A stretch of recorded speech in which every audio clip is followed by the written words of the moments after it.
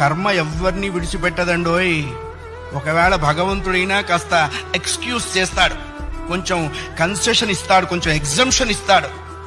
కర్మ చస్తే ఇవ్వదు. 1000 ఆవులు 1000 దూడలు ఉన్నాయి. దూడల కట్లు విప్పాం. ఏ దూడ దాని దగ్గరికి వెళ్ళి దాని తల్లి దగ్గరికి వెళ్ళి సరిగ్గా ఆగుతుంది. కర్మ కూడా అంతే.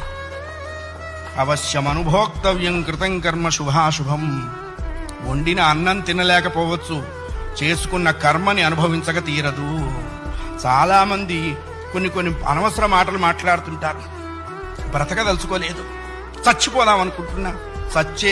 చావుడేటువంటిది ఏదో ఏటీఎం కార్డు పెట్టంగానే డబ్బులు వచ్చినంత ఈజీ అనుకుంటాడు.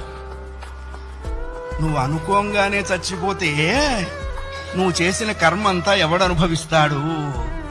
కర్మానుభవం అనుభవించడం కోసమైనా అది నిన్ను బ్రతికిస్తుంది. నీ ఇండివిడ్యువల్ ఐడియాస్తో నువ్వు బ్రతకవో ధర్మశాస్త్రం చెప్పింది. Download ShareChat.